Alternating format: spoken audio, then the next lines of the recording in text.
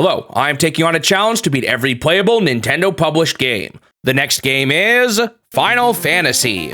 That's right, not only did Nintendo bring Dragon Quest to the US, but they also helped bring another iconic JRPG franchise over, Final Fantasy. However, before I go over its Western release, let's rewind the clock a bit and see what led Square to develop the first game in such a historic franchise. Square was started in 1983 by a man named Masafumi Miyamoto. Square was created as a subsidiary of Danyusha, an electric power line company owned by Miyamoto's father. However, unlike his father's business, Square was created to develop video games. At first, the company was very informal, with early employees likening it to a family business or a college club. In 1986, Square was re-established as an independent company. One of Square's earliest recruits was a man named Hironobu Sakaguchi. Sakaguchi was a college student who had fallen in love with RPG video games after playing Wizardry on an Apple II computer. While he did make at least one RPG with Square during its early days called Cruise Chaser Blasty, Square mostly focused on action games and story-heavy adventure games. In fact, we've already seen a few of the titles Sakaguchi was involved with in this challenge. He was a designer for Rad Racer, and he was involved in the creation of Miho Nakayama's Heart-Pounding High School. While Square had seen some success with these titles, they were ultimately still struggling as a company, as many of their titles were not selling as well as they had hoped. This was a rough time for Sakaguchi, as he believed at the time he had no talent for making video games, especially action-focused titles. Sakaguchi wanted to make more RPGs, but Square wasn't convinced they would sell. That is, until a certain game launched and thrust the RPG genre into the mainstream in Japan. That game was Dragon Quest, released by Enix in 1986. Now, I've already talked about the influence Dragon Quest had on RPGs in my video on Dragon Warrior, so you can check that one out if you want to learn more. Anyway, Sakaguchi was blown away by Dragon Quest, and the success of the title finally gave Square the confidence they needed to develop something similar. At first, the Final Fantasy team consisted of only 7 people. Fellow Square designers Koichi Ishii and Akitoshi Kawazu joined Sakaguchi, both of whom would go on to lead their own RPG series at Square. Additionally, they were joined by Nasir Gabelli, a well-known Iranian-American programmer who had recently been hired by Square. While the game lists him as the primary programmer, Nasir has said in an interview that he actually had other programmers that helped him due to the difficulty of programming a game like this, especially when it came to the menus with Japanese text. Additionally, Square's own Nobuo Uematsu was placed onto the project as a composer. While Uematsu's work on the Final Fantasy franchise would turn him into a video game legend, his origins were rather humble. Uematsu had no formal music education, but as a young adult, he wanted to work in the music industry. However, his lack of connections and technical skills made it difficult for him to get his foot in the door. He eventually landed a job with Square as a video game composer and became a staple composer for the company. In fact, both of the other Square games we have looked at so far, Rad Racer and Miho Nakayama's Heart-Pounding High School, also had music that was composed by him. Turning back to Final Fantasy, Sakaguchi looked outward for help with the story and character design. Kenji Terada, a freelance writer, was hired to write the scenario, and artist Yoshitaka Amano was hired to design the characters. Now, at the time, there wasn't a whole lot of internal confidence in the Final Fantasy team. Sakaguchi has said that his team was quite small compared to other teams within Square. However, this in turn spurred his team on to give it their best. According to interviews with both Sakaguchi and Uematsu, this tough time for Sakaguchi and Square led to the name Final Fantasy. If Final Fantasy didn't sell well, Sakaguchi would have to quit the video game industry, and Square would have possibly gone bankrupt. Now, for a long time, this was the accepted reasoning behind the name. However, in more recent years, Sakaguchi has revealed that it's not really true at all. Apparently, the actual motivation was simply that they just really wanted FF as an abbreviation for the game, and they even initially planned on calling it Fighting Fantasy, but that name was already taken by a tabletop game. Sakaguchi said that while it was true that their back was against the wall, anything that started with an F would have been fine. Anyway, as the game started to come together, confidence grew and so did the size of the team. Members from other teams in Square eventually joined to help finish up the project. Initially, the game was going to ship with only 200,000 copies, but Sakaguchi convinced Square to bump that number up to 400,000. The game launched in Japan in December of 1987, and the game ended up selling 600,000 copies there. However, where things get really interesting is its Western release. In the US, the game was published by Nintendo, where it sold 700,000 copies, surpassing the game's Japanese sales. This is a pretty stark contrast to the sales of Dragon Quest, which fared far better in Japan than it did in the West. Final Fantasy's popularity would continue to grow in time, and it didn't take long for the world to realize that Final Fantasy was in fact not the final fantasy game Square would create. Alright, with all of that out of the way, let's jump into my time with Final Fantasy. The game opens with some text. The world was veiled in darkness. The wind had stopped, the sea was wild, and the earth was beginning to rot. Mankind's only hope was a prophecy that told of 4 warriors that would arrive, each holding an orb. Then, after starting a new file, I could pick the classes of my team. Each character could be one of 6 classes: Fighter, Thief, Black Belt, White Mage, Black Mage, and Red Mage. You can double up on any of these classes, but I wanted to use a team that was well-rounded, even if it wasn't necessarily the best. I chose to have a Fighter, a Black Belt, a White Mage, and a Black Mage. I also decided to name these characters based on people from my chat. So we had myself as Shmo the Fighter, Suji, my brother, as the Black Belt, Magic Jewelry Nerd as the White Mage, who I'll just call Magic, and G&B Studios as the Black Mage, who I'll just call G&B. In this game, you get your whole team right from the get-go.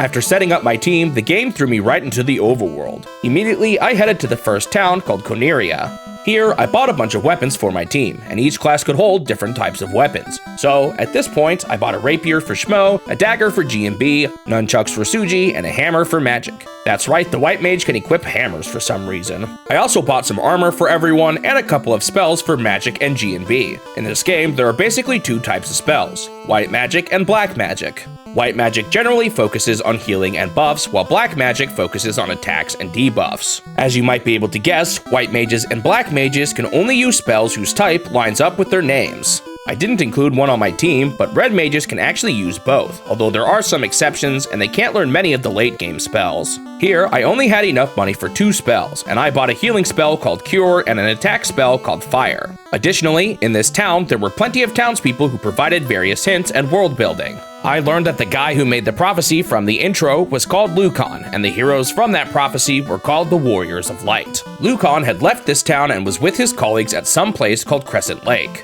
Also, there was apparently a princess that needed to be saved, and the king was confident that the warriors from the prophecy would save her. After this, I headed to Coneria Castle, and here I learned that a knight named Garland betrayed the kingdom and now held the princess in a temple to the northwest. I also found some locked doors, and I was told that behind them was a secret treasury, and for some reason the key was given to the Prince of Elfland 400 years ago. Once I found the king, he immediately recognized us as the Warriors of Light for some reason and said that we needed to rescue his daughter. After this, I headed out for the overworld and began exploring. Immediately, I got into a bunch of fights, but man, I was already struggling. I just did so little damage and they were hitting me pretty hard. I guess I needed to grind already? Something interesting about the spells in this is that your mages don't have any MP. Each spell has a level associated with it, and each mage has a limited number of charges for each level. I think it's more similar to D&D than the typical JRPG MP system.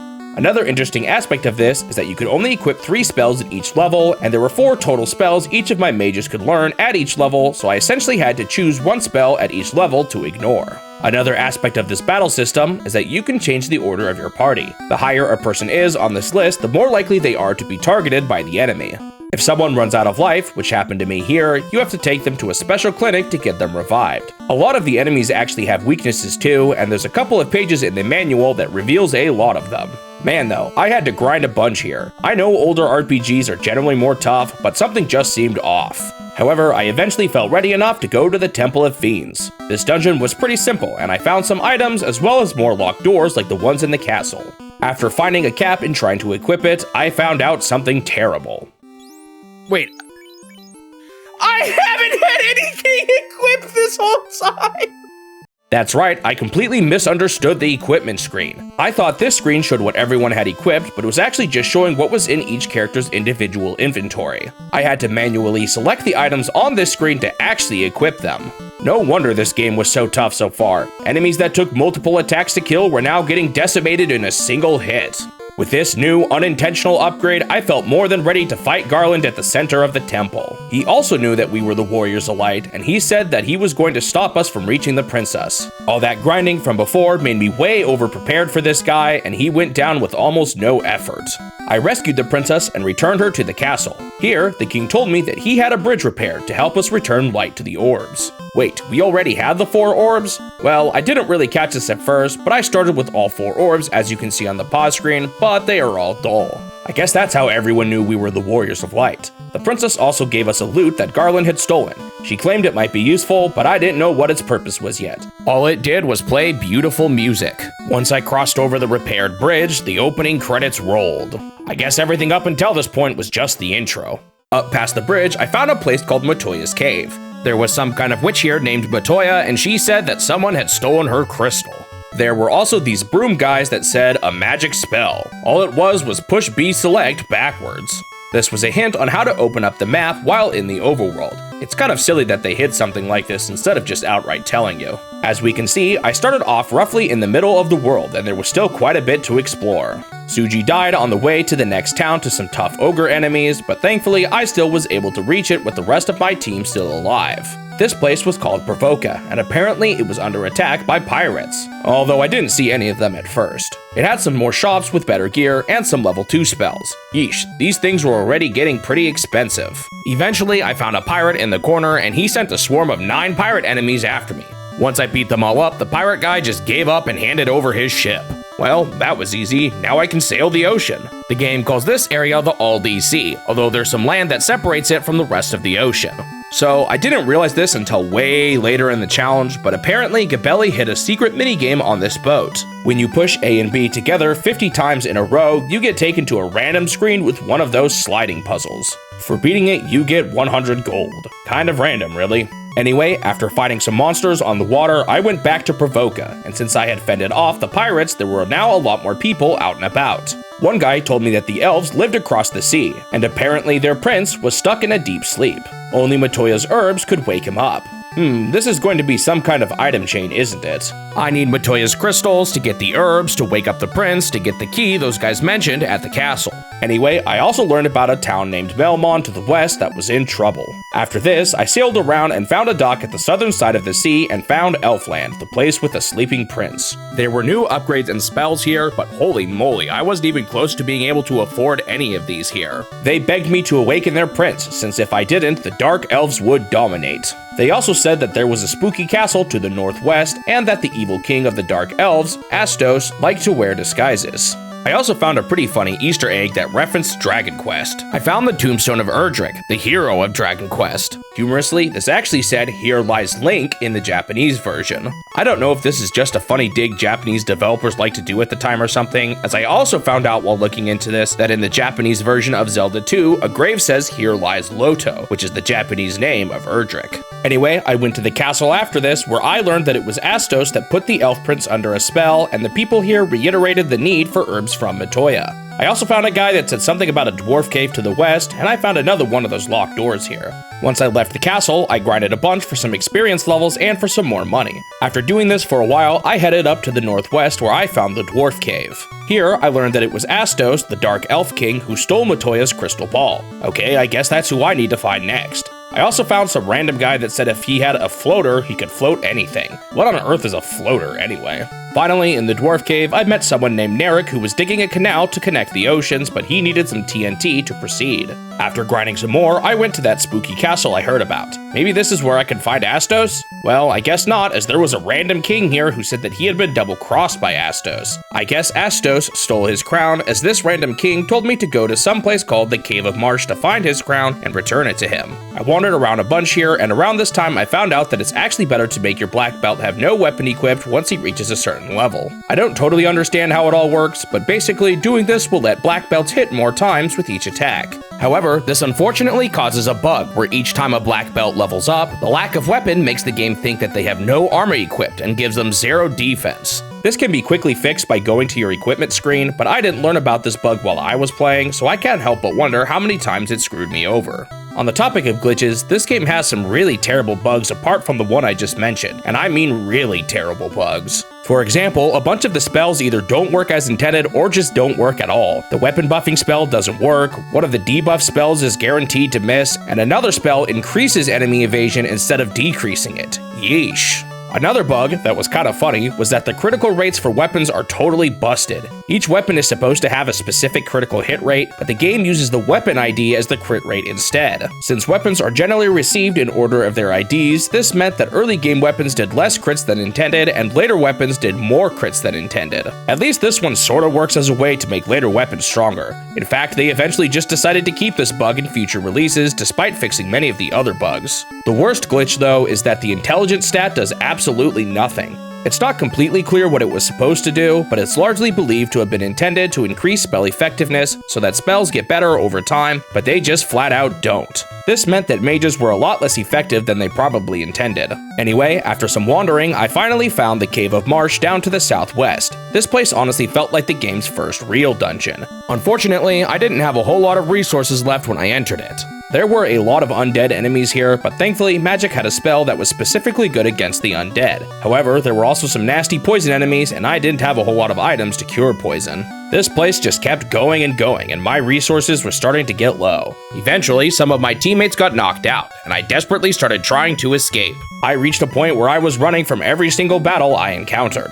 Eventually, I was left with just magic and Schmo, but both were poisoned and only had 1 HP left. If I could at least leave the dungeon, I could use a healing item that only worked on the world map and probably make it back to a town. I was only a few steps away from the exit when I encountered another fight. Not only that, they got the first strike. Sadly, with only a few steps to go, everyone fell and I got my first game over. To my dismay, dying like this takes you back to your most recent save, so I lost a bunch of the loot I found in the cave too. Bummer. Man, this place was tough. I had to keep exiting in the middle of the dungeon to recover as I just kept running out of resources. Honestly, I think this ended up being one of the toughest points for me in the game. Something I also didn't realize at first was that this game has a ton of tiles where stepping on them will trigger a fixed encounter. They kind of just look like normal battles, so I didn't realize what was going on at first. In this dungeon, I found one right in front of a chest, and this fight was against these wizard guys that could cast some nasty spells. Thankfully, there were only 2 of them, and after defeating them, I found the crown. With this, I went back to the king guy, and he revealed that he was actually Astos in disguise. He was tricking me into getting the crown for him. This triggered another boss fight, and for some reason, he had a move that wiped out Schmo in a single hit. Ouch. Thankfully, he wasn't too bad besides this, and I defeated him pretty quickly. This finally gave me Matoya's crystal. I then returned it to Matoya, who gave me the herb, and I took the herb to the sleeping prince. This woke him up, and he gave me the mystic key. Finally, there had been a ton of locked doors throughout the game so far. I used this key all over the place and got a bunch of loot, and back at Corneria Castle, I found some TNT in one of the chests. Ah, so that's what I did this all for. I gave it to that dwarf guy, and he opened up the way to the rest of the ocean. Now I have a ton more areas I can explore. The first place I found was Melmon, which I had heard was in trouble from an NPC earlier. This town had apparently been invaded by a vampire and now it was cursed. I learned that a sage named Sarda could be found south through a place called Titan's Tunnel, and the Titan within the tunnel loved rubies. I have a feeling I'm going to need a ruby then. I also found out that the vampire was in the Earth Cave, and they also said something about Sarda not fearing the evils of the cave. After this, I wandered around and found the Titan's Tunnel, but as I feared, there was a Titan here and he wouldn't let me pass without a ruby. I looked around a bit more and found the Earth Cave where the vampire was located. Okay, I know I said that Marsh Cave was nasty, but this place was pretty tough too.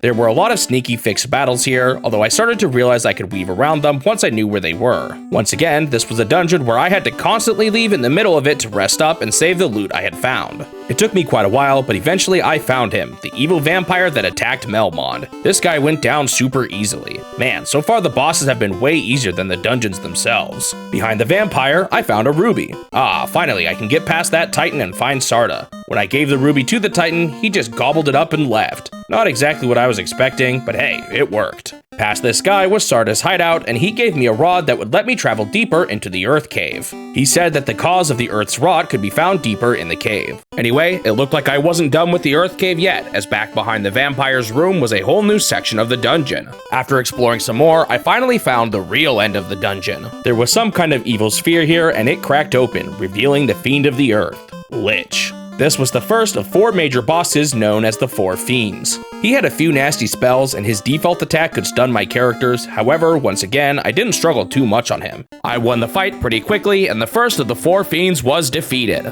Behind him was the Altar of Earth, and stepping on it caused a light to shine from above, powering one of my 4 orbs. After this, I decided to explore more of the ocean. Eventually, I found a town called Crescent Lake. This place was where Lucond, the guy who made the prophecy, was supposedly located. After buying a bunch of stuff, I found a secret path in the corner of the village, where I found Lucond and a bunch of other old dudes all standing in a circle. Here, they explained more about the 4 Fiends. Each orb and each fiend were associated with an element: earth, wind, fire, and water. These fiends stole the power from the orbs and used them to bring about the destruction of the world. They told me that I should go to a volcano next and find the Fire Fiend. To do this, they gave me a canoe to help me reach it. Huh? What could a canoe do that my pirate ship can't? Well, it turns out this canoe let me travel through rivers, and I needed to use it to reach the volcano. This place's full name was Gurgu Volcano, and it was the next major dungeon. It had some pretty nasty lava tiles that forced me to take damage. Similar to the Earth Cave, I had to retreat every now and then to recover my health and magic. There was a lot of loot here too, and after exploring a bunch, I found the next boss, Carrie, the Fiend of Fire.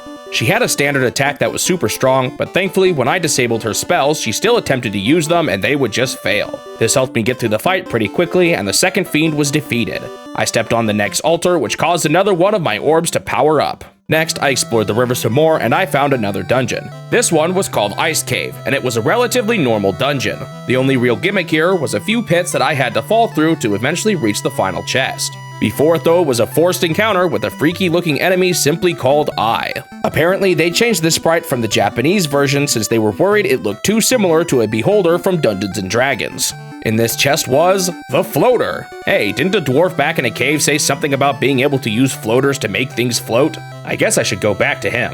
Well, it turns out this dwarf didn't do anything with the floater and he was just there to provide a hint that it existed. Great, I went all the way back here for nothing. Instead, you just had to randomly use the floater in a desert to make an airship appear out of nowhere. So, how did I figure this one out? Well, apparently there's some characters in Elfland that give messages that hint to this, but they only changed to this message part of the way through the game. Instead, I turned to the manual which completely spelled it out for me. I had actually been using the manual quite a bit up until this point. It's a pretty large manual too, as it's got a ton of dungeon maps, a list of all the items and spells, a full overworld map, and a guide that leads you through pretty much everything up until this point. However, this was the last thing it spelled out for me, so from here on out, I was on my own. Anyway, with this airship, I could finally fly. Not only did this make it so much easier to travel from town to town, but there was a whole new section of the map that didn't have any docks for my ship to land on. Using this airship, I found a new town in the mountains called Gaia. Here, I got all kinds of hints. There's a castle to the left to test courage, a city to the south where they speak an unknown language, and that some people called the Sky Warriors used a flying castle to move about. There was also apparently some kind of fairy that was stolen from a spring, and this fairy was the only person who could draw something called Oxy Ale from the spring, whatever that is. I eventually found the guy who captured the fairy, but he had already sold her to a caravan. After buying some stuff in Gaia, I flew around and found another new town called Onrak. In this town, I learned about mermaids that lived in a shrine, but 200 years ago, the shrine sank in a fire. Another guy told me that some kind of robot fell from the sky near a waterfall to the north. I also got some clues that the caravan that was holding the ferry was somewhere in a nearby desert, and that the Oxy Ale that the ferry could draw from the fountain was needed to power a submarine. What the heck? They have a submarine here. Man though, the clues kept flowing in. There was also a random dragon down near the south of the town who told me about someone named Bahamut, who would only honor someone as a true hero if they had proof of their courage. Didn't I hear something about a castle that could help you prove your courage? Anyway, lastly, I learned about a professor who could translate a language called Lefanish, which was the language of the Sky Warriors. This scientist could apparently translate some kind of slab which sank into the sea along with the mermaid shrine. My goodness, that's a lot to remember. Let's see, there's a ferry at a caravan in the desert, which I need to get Oxy Ale, which I need to power the submarine, which I need to reach the mermaid shrine, which I need to find the slab, which I need to take to the scientist, which has something to do with the people from a flying castle. That's not all though, there was a robot at a waterfall to the north, and there was someone named Bahamut who I needed to prove my courage to, which may have something to do with the castle. Well, I decided to investigate the desert first, but unfortunately I didn't have enough money to purchase the ferry. Darn, I guess I will explore around a bit more. There was a spot on the map from the manual that I hadn't been to yet, and it was a group of islands called the Cardia Islands. Here, I found a bunch of caves that housed a ton of peaceful dragons. Deep in one of the caves, I encountered Bahamut, the king of dragons, but I needed to prove my courage before he would do anything. I found a suspicious-looking castle on the map, but I actually couldn't land anywhere near it with the airship. Instead, I had to take my boat and dock using the canoe at a river. This castle was another dungeon called the Castle of Ordeal. This place had one of those classic warp mazes where standing on these pillars took you to a different spot on the map. Here, I learned that certain weapons have special effects if you use them in battle. I found a weapon called Zeus, and using it in battle did a similar attack to the lightning attack spells. I started using items like this more and more, especially with my mages, since their default attacks were pretty weak. I even found a staff that could be used to heal, which was super convenient. Anyway, at the top of the castle was a rat tail. Ew, just a tail? Was that really proof of my courage? Before I could leave, I did have to fight a zombie dragon, but he went down with little effort. I took the rat tail to Bahamut, and it was indeed what he was looking for. Doing this made everyone class up. Shmo was now a knight, Suji became a master, Magic became a white wizard, and G&B became a black wizard. This upgraded all of our sprites to look more buff, and it gave us new, cooler animations in battle. These don't actually affect the stats much, but with these upgrades I can now equip better items and spells, including some basic healing spells with Shmo now. One of the nicer new spells was an escape spell that Magic learned to make it easier to leave dungeons. Unfortunately, Suji's class, the Master class, is a straight-up downgrade. Due to a bug, his magic defense growth was reduced, and the class up didn't provide any other boosts at all. Oh well, at least Suji looked cooler now, I guess.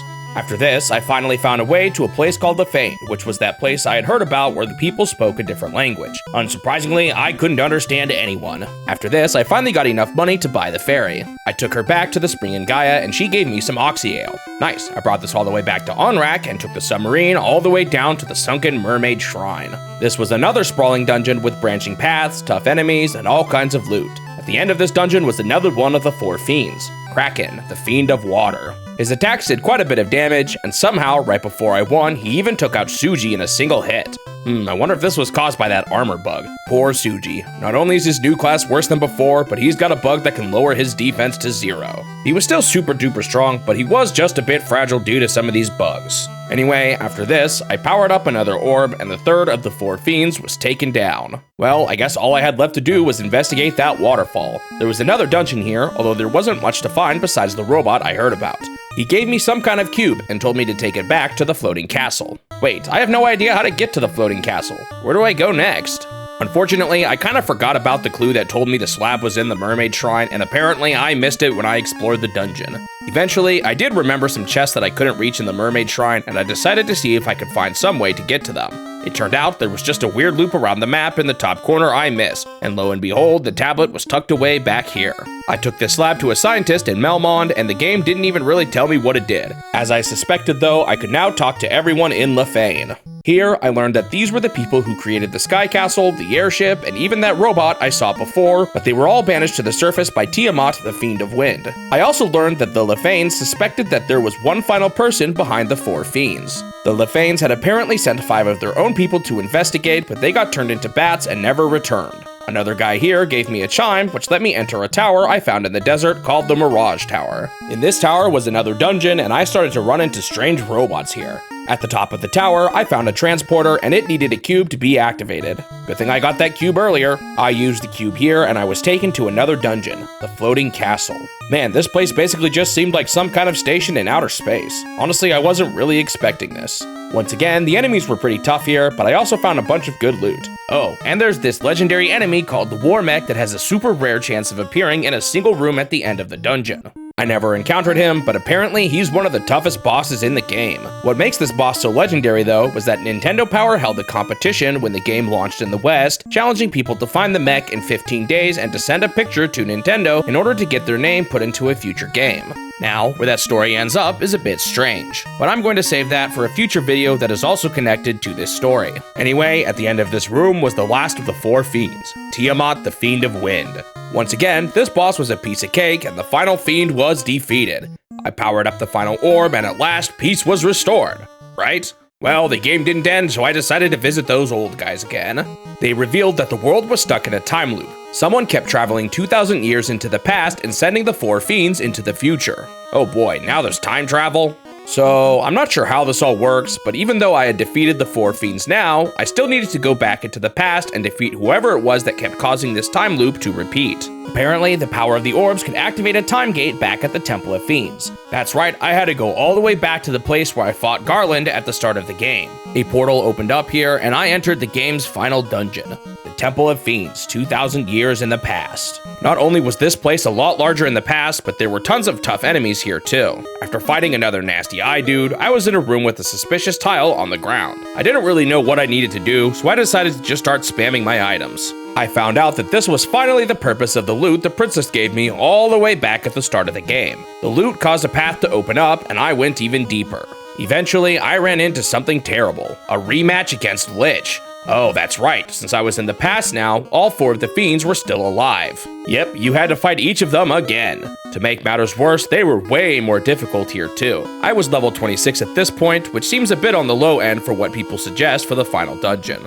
I got whooped by Lich here and got my first game over in a while. On my next attempt, I beat him, and up next was Carrie. Thankfully, she wasn't quite as bad. Unfortunately, the same wasn't true for Kraken. I ended this fight with only half of my team remaining. Luckily, Magic had a revive spell by this point. However, something even worse happened during the rematch against Tiamat. Tiamat destroyed Magic in a single hit. Magic was the only person who could revive on my team, so I had no way to revive at all now. I was able to take out Tiamat soon after, but I would have to enter the final battle without my white wizard, and that did not seem like a good idea. Dang, why did Tiamat have to target Magic like that? Well, my hopes were low, but I decided to give the final boss a shot anyway. Once you make it to the end, it is revealed that the one who keeps traveling to the past is Garland, the knight that betrayed the kingdom at the start of the game and captured the princess. Apparently, during that initial fight, the Fiends rescued him by sending him back to the past. So I guess that's why there's a closed time loop going on here. I'm not exactly sure how it all began, but Garland keeps sending the Fiends to the future who keep sending him back to the past.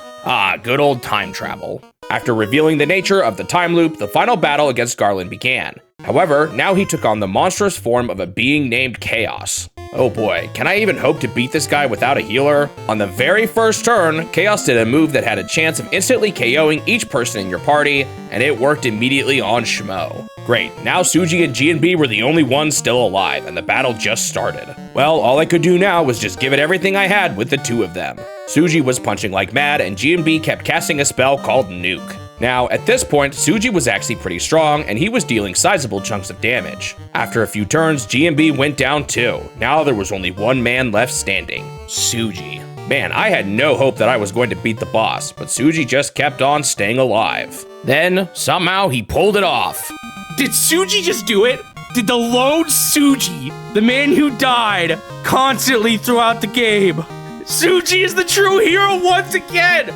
Man, leave it to Suji to be the last-minute hero in this challenge. After Chaos faded away, the game ended with one final wall of text. The 2,000-year loop was finally broken and peace prevailed. The game explained that Garland's hatred was what created the 4 Fiends, and they in turn created Chaos. However, now all that was wrong was made right. The game said that when the Heroes of Light returned to the present, all knowledge of them would be erased, since now that Chaos had been destroyed, the world would never fall into disarray. However, the memories of the events lived on in the hearts of the heroes, and the game stated that the true Warrior of Light was me, the player. The game then ended with a final The End screen, and Final Fantasy for the NES was complete.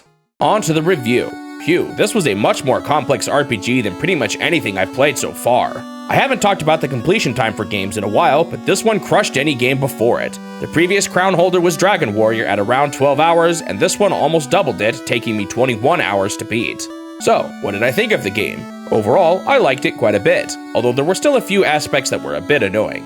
First off, the battle system here is a sizable step up from the other turn-based RPGs I've played so far. Between the customizable classes, various gear, and vast array of spells, there was a lot more depth in this one that was sorely missing from games like Dragon Warrior and Trio of the Galaxy. Now, I don't think it's entirely fair to compare this game to Dragon Quest I, as Dragon Quest III's release was far closer to Final Fantasy, but from just the games I've played in the challenge at this point, the battle system in this one was far superior to the others. That being said, the difficulty was a bit all over the place. The dungeons got kind of tough at times, which I generally didn't mind, but I just wish this didn't result in me needing to constantly leave dungeons and refill my supplies. It was either that or grind a bunch. It kind of just got tedious at times. I don't mind harder fights, but I'm just not sure this game nailed the resource management down completely. While I'm talking about the negatives, some of those bugs were bad. Like, really bad. The fact that some of the moves were just flat out broken is a pretty glaring issue with the game. There were also a lot of hidden bugs that really messed things up behind the scenes, like the intelligence stat not working and all the problems surrounding the Black Belt's defense. I'd be curious to see what the later ports are like to see how much of a difference some of these bugs ended up making. Who knows, maybe we'll even see that later on in the challenge. Anyway, another aspect that I did like, which is something I prefer about older JRPGs in general, is how you can take on the objectives in a semi-non-linear fashion. It's fun to explore the world at your own pace and discover various items and dungeons on your own. Sure, there are various bottlenecks here and there, but I still personally enjoyed finding the objectives on my own rather than just being told where to go all the time. Now, as far as the plot goes, I think it's just fine. Pretty standard retro RPG fare. Sure, you've got the time travel shenanigans stuff at the end, but for the most part, it's a pretty standard story of the prophesied heroes stopping evil. Overall, I did like Final Fantasy quite a bit. It may have some pretty glaring bugs and some balancing issues, but it's a sizable step up in scale and complexity from other JRPGs I've played so far. I gave the game an 8 out of 10. With Final Fantasy complete, I have now finished 62 out of the 150 NES games in the challenge, meaning I am now 42% of the way through all of the NES games. Thanks for watching the video. If you want to see more of these in the future, make sure you subscribe to the channel so that you won't miss out on the next one. Also leave a like if you enjoyed it, since it will help the channel grow and motivate me to continue this series. I hope I will see you in the next step of my quest to beat every Nintendo game.